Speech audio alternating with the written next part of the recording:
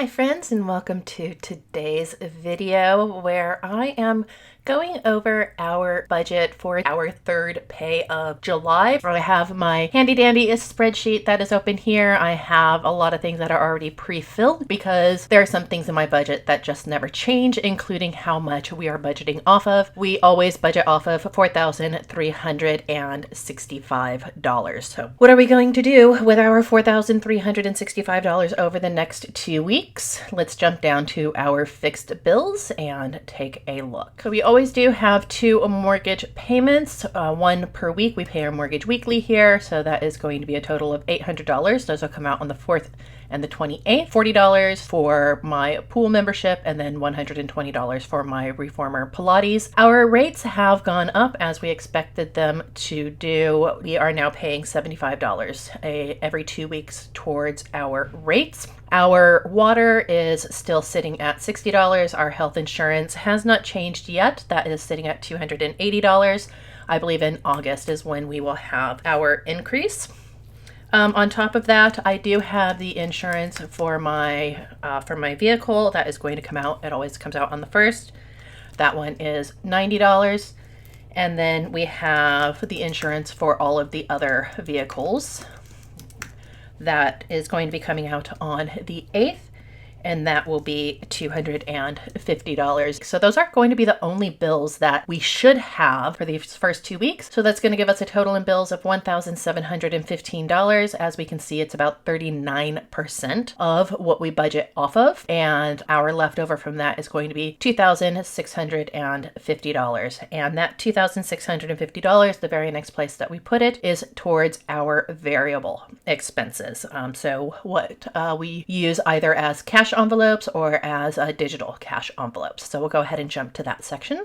So we can again see that we are working with $2,650, so still about 60% of our budget. Sticking with $400, Tapwood for groceries, $50 for household, $50 for spend. For petrol, fingers crossed, we're going to hope that $300 continues to work. However, the semester does start up this week, and I do have to drive to campus 2 times per week. So we might need to up the fuel amount, but we will see. Right now we're holding steady at about $1.90-ish per liter. Transport, our tolls, $150. Our doggos, this changes up every 2 weeks. Sometimes it is only $115, and that's just for their food. Other times we have additional money in there because they have their grooming, but they just had their grooming the other day and they are smelling beautiful and lovely and are super duper clean. So that is going to give us a total of $1,215 going into our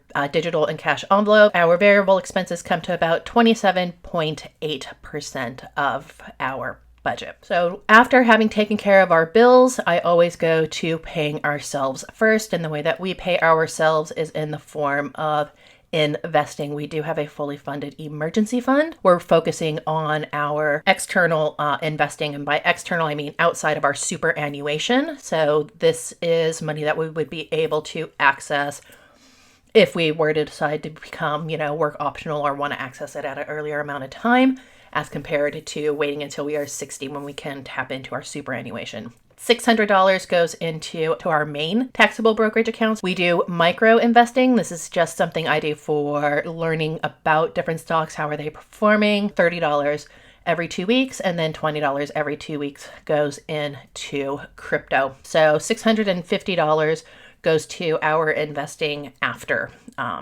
outside of superannuation. So about 15% going towards our investing or paying ourselves. And that finally then brings us to our savings or our sinking funds. So these are, for the most part, things that we know are going to be coming up due over the next year. We have 5 that we always automatically save for. We always put $200 away for our registrations. We do have a lot of vehicles. We do have to pay registration on all of those, just as we have to pay insurance. So $200 goes towards registration. $100 goes towards services. So having to take the vehicles in for their services. Servicing in Australia Australia is a lot more expensive than in the United States. It is not like you have a Jiffy Lube for, $40. Services will usually run you anywhere from $400 and up. Why it is that expensive?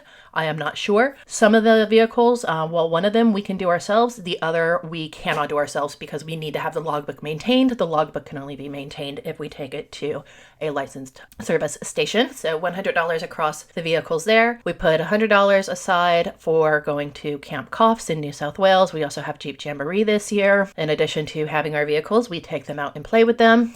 Peyton's birthday, so $50 he gets, and then subscriptions are going to get $25 as well. And as we can see, that leaves us with still $310 that we can allocate to some different areas. So one I am going to do is a cushion, and just having $50 that stays, so slowly building up our cushion and having $50 that stays in the account in case there's something that I have forgotten about that needs to come out. Somebody asked, what happens if that money is not used? It just stays in there. And then when I put money into the cushion again, it just basically goes towards a 1 month ahead fund.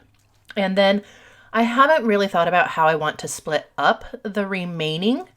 So I'm just going to say other sinking funds, and those are going to get $260. So 18% going into our sinking funds total, $785 for over the 2 weeks. There is nothing else that needs to go into other. We have no debt other than our mortgage. I need to change that one because I no longer have investing here, but we can see that that gives us a budgeted income of $0, which means we have a zero-based budget.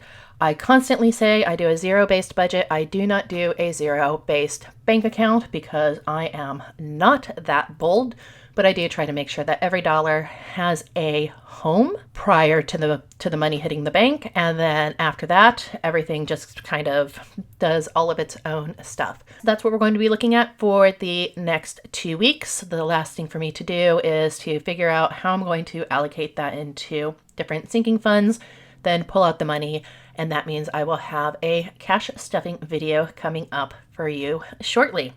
So if you made it this far, go ahead and drop a money sign down in the comments. And then if you have any questions or anything, you can go ahead and drop them there as well.